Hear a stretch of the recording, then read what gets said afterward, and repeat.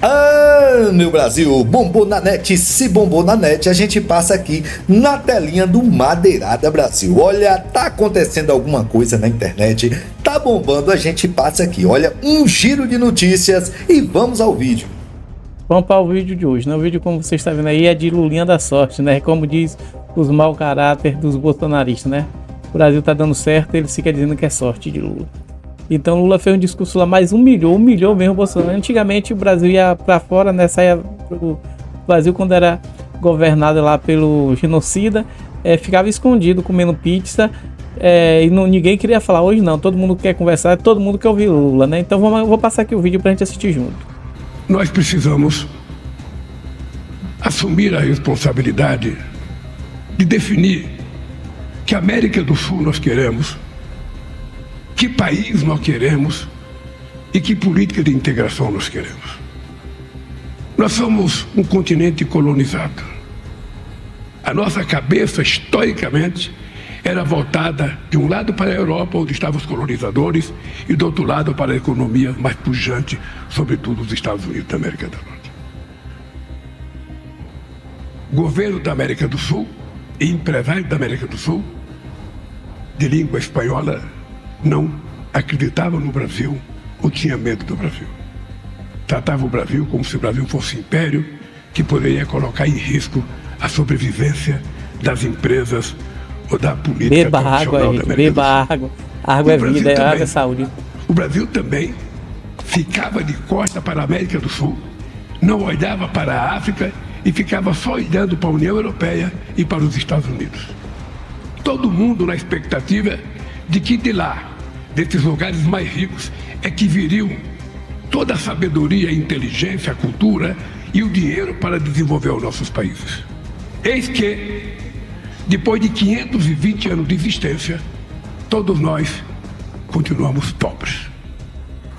É nesse continente que tem mais desemprego, é nesse continente que, junto com a África, tem mais desnutrição, tem mais fome, tem mais mortalidade infantil e tem menos perspectiva, e por isso os Estados Unidos, que deveria cuidar disso, gerando emprego junto aos seus vizinhos, os Estados Unidos têm uma política de construir um muro para proibir que latinos-americanos, à procura de chance de trabalho, na publicidade tão grande que eles fazem, são considerados bandidos. Pois bem, companheiro Petro, você é o primeiro presidente de esquerda eleito na Colômbia. Eu sou o primeiro operário metalúrgico eleito na presidência do Brasil. Portanto, nós temos que dizer para a sociedade colombiana, para os países vizinhos nossos e para a sociedade colombiana que política de integração nós queremos fazer para desenvolver a Colômbia e desenvolver o Brasil. Eu estou convencido, porque já tive a sorte de ter 2 mandatos na presidência da República e tive a sorte de viver o mais profícuo momento de integração da América do Sul de 2002 a 2015. Quando todos nós tínhamos divergências políticas, mas todos nós tínhamos clareza que somente juntos a gente poderia ter nossas indústrias competitivas, a gente poderia ter crescimento econômico, a gente poderia ter política de distribuição de renda, a gente poderia ter mais investimentos nas universidades e a gente poderia gerar mais emprego, que é o que muita gente quer. Isso foi destruído. Eu só queria dar um dado, companheiro Petro.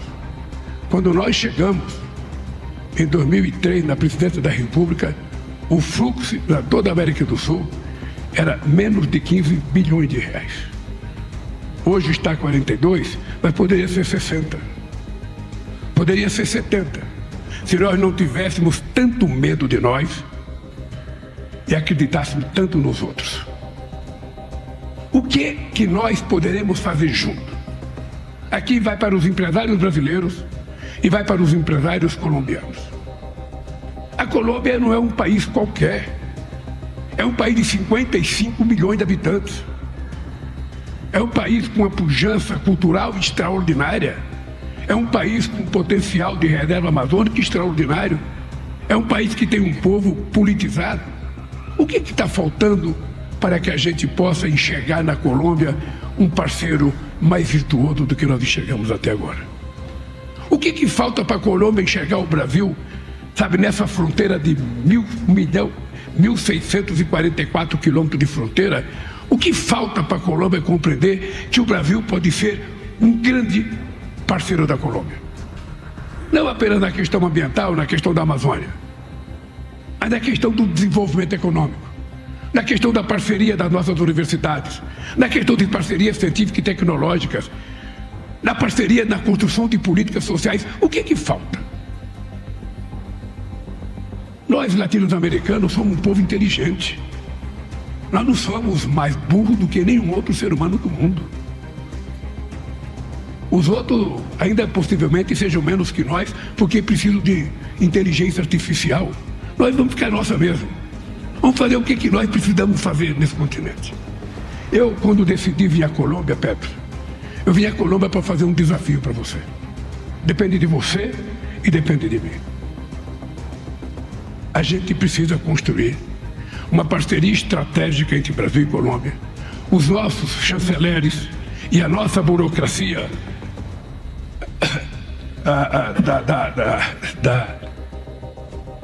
da fiscalização precisam se sentar e tentar ver todos os entraves que nós temos que atrapalham a facilitação das nossas negociações. E mostrar para você e para mim por que a coisa está travada. Por que é tão difícil exportar para o Brasil? Por que é tão difícil exportar para a Colômbia? Por que é tão difícil? Eu aprendi uma lição de vida extraordinária nos meus mandatos. É que com a América do Sul e com os países da América do Sul individualmente, a gente tem em muitas questões mais fluxo comercial do que a gente tem com França, que tem com Itália, que tem com Inglaterra e que tem com outros países que nós pensamos que são nossos grandes aliados. Deu uma saidinha, Lula, mas já nós podemos fazer troca de produtos industrializados com mão de obra mais especializada é entre nós. É descobrir, sabe, o que é que está atrapalhando isso. É o medo político, é o empresário que não quer que exporte café para o Brasil, ou o Brasil que não quer, ou o empresário que não quer que exporte carro para a Colômbia, ou vice-versa. A gente não pode imaginar que a gente vai terminar o nosso mandato do tamanho que a gente pegou os países que nós chegamos. Não pode imaginar. Eu estou convencido que quanto mais forte nós tivermos, mais nós seremos respeitados pelos Estados Unidos, mas nós seremos respeitados pela União Europeia, mas nós seremos respeitados pela China, pela Rússia ou pela Índia. Muito bem, Lulinha. Não é subserviência que faz a gente crescer. O que faz a gente crescer é, como diria o Celso Amorim, é uma posição ativa e altiva para que a gente se faça respeitar no mundo político e no mundo do negócio. Por que Lula fala é uma aula. O que os empresários esperam de um grande acordo entre Brasil e Colômbia? Primeiro, nós temos que garantir uma coisa que é sagrada na tua vida pessoal, na minha vida pessoal e na nossa vida coletiva. Eu quero estabilidade jurídica de que as coisas que eu fizer vão acontecer e eu não vou ter problema. Segundo, as pessoas querem estabilidade fiscal. As pessoas querem que as coisas aconteçam sem ninguém fazer nenhuma maluquice à meia-noite ou às 2 horas da manhã. As pessoas têm que saber o que vai acontecer. Terceiro, as pessoas querem estabilidade econômica, que é extremamente importante. É como qualquer um de nós aqui que tiver um dinheiro para depositar num banco, sabe? Por mais socialista que a gente seja, a gente vai escolher qual é o banco que paga mais e qual é o banco que dá mais garantia. A gente não põe o dinheiro em qualquer lugar. E a terceira coisa é a estabilidade social. Porque sem isso, a gente também não consegue fazer as outras coisas. O crescimento econômico de um país, o crescimento econômico do empresário, o crescimento econômico de uma cidade tem que estar associado ao crescimento econômico daqueles que trabalham para ele. Eu não preciso dizer Quem faz do empresário rico não é o empresário próprio, são os trabalhadores que trabalham para ele e os consumidores que compram seus produtos. Isso aí, falou então mais não uma custa vez, nada você dá repartir uma um lição. pouco, melhorar, fazer aquilo que o presidente da Ford dizia, o Henry Ford dizia, no começo do século passado: eu preciso pagar aos trabalhadores que trabalham para mim um salário justo para que eles possam comprar o produto que eu fabrico. É simples. É simples. É compreender uma frase que muito dinheiro na mão de poucos é concentração de riqueza, aumento de pobreza, aumento de prostituição, aumento de desemprego, aumento de desnutrição, aumento do crime organizado. Mas quando você tem um pouco de dinheiro na mão de todo mundo, aí a gente percebe que as coisas começam a mudar. E nós, a nossa querida América do Sul, nós, na nossa querida América do Sul, precisamos de uma chance. Por isso que a gente é apaixonado por ele. Uma chance. Não é possível que na América do Sul a gente não tenha nenhuma Holanda, nenhuma Finlândia, nenhuma Noruega, nenhuma Dinamarca. É tudo pobre. É tudo pobre, passa ano e passa ano. Quando acaba a pobreza, vem o crime organizado. Quando vem o crime organizado, aumenta a prisão, e quem está na prisão é pobre. Será possível que a gente não tenha uma chance? Será que Deus olha para esse continente sul-americano e vê que nós somos bons? E vê que nós somos cuidadosos? Eu acho que o problema está na gente definir o tamanho que a gente quer ser. E a minha proposta aos empresários colombianos e aos empresários brasileiros: muito bem. Vamos parar de ter medo um dos outros. Vamos ter em conta que Brasil e Colômbia têm condições de triplicar o nosso fluxo da balança comercial. Triplicar.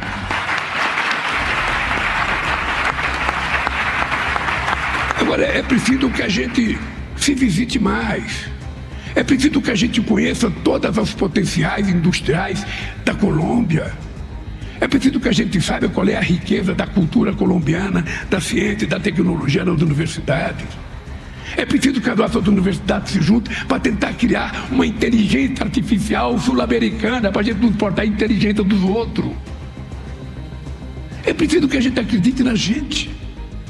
A gente não pode levantar todo dia dizendo: eu sou pobre, eu sou pequeno, eu não tenho sorte, eu sou da América do Sul, eu não nasci, sabe, na América do Norte. Não, gente. Agora, Petro, nós não somos mais de um país pobre, de um continente pobre. Nós agora fazemos parte do Sul global. O que dá uma dimensão de grandeza para nós. Porque nós, se você quiser discutir, sabe, a riqueza da biodiversidade, se você quiser discutir, sabe, a riqueza da concentração de água, se você quiser discutir a riqueza da transição energética, se você quiser discutir transição do futuro, de descarbonização do mundo, quem olhar para o mundo vai ter que olhar para a América do Sul. E quem olhar para a América do Sul não pode deixar de ver Colômbia e Brasil. E é por isso que nós precisamos fazer valer aquilo que nós temos. Nós temos uma classe empresarial competitiva, nós temos trabalhadores em muitos lugares bem formados, nós temos universidade de qualidade, nós temos intelectuais bem preparados. O que falta para nós? É uma aula. Companheiros e companheiras, falta decisão política. Falta decisão política. E eu estou aqui para dizer, em nome do Brasil: o Brasil tem responsabilidade. Porque o Brasil também é um país pobre, mas é a maior economia, é a maior população, é a maior produção. Então o Brasil é que tem que tomar a iniciativa para conversar com os nossos vizinhos, não querendo hegemonia. Nós queremos construir parceria, oportunidade para todos, uma política de ganha-ganha, uma política que não é só exportar para cá, é exportar e comprar, porque política boa é aquela via de duas mãos, onde a gente compra e a gente vende, e a gente não tem tanto déficit, sabe, comercial. Você sabe, companheiro Petros, que o Brasil, inclusive, tem responsabilidade de financiar o desenvolvimento dos nossos países da América do Sul, além do seu próprio, que é o financiamento de obras de engenharia. Não é possível. Não é possível a nossa carência de infraestrutura. Não é possível que um país do tamanho do Brasil, que a gente não tenha condições de criar, sabe, um banco nosso, um banco da América do Sul. Um banco para final do desenvolvimento. Não é possível a gente ficar correndo atrás do Banco Mundial toda hora. Nós podemos criar uma coisa nossa, que fale que nem a gente, que pense que nem a gente, que conheça os problemas da gente. Eu lembro que uma vez eu fui aos Estados Unidos discutir um problema econômico, eu não era presidente, eu era candidato.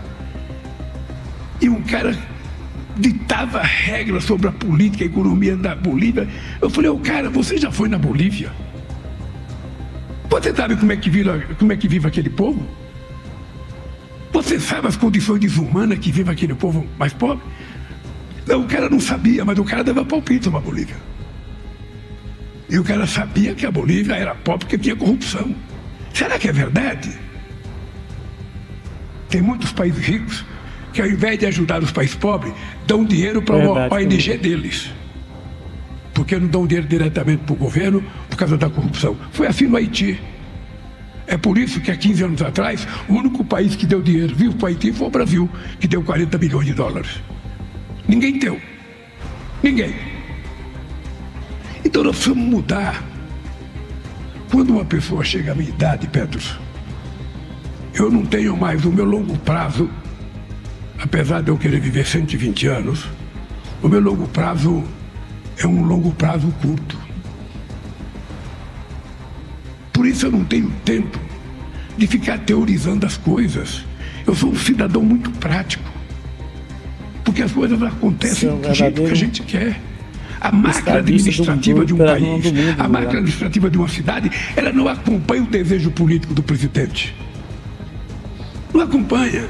Por mais bondoso que seja o presidente, por mais compromissado que seja o presidente, entre ele anunciar uma coisa e aquela coisa acontecer, leva meses. Às vezes você chama um ministro para perguntar, e aí, quando é que nós vamos inaugurar? Nem começou, presidente, porque parou não sei aonde, porque parou não sei aonde.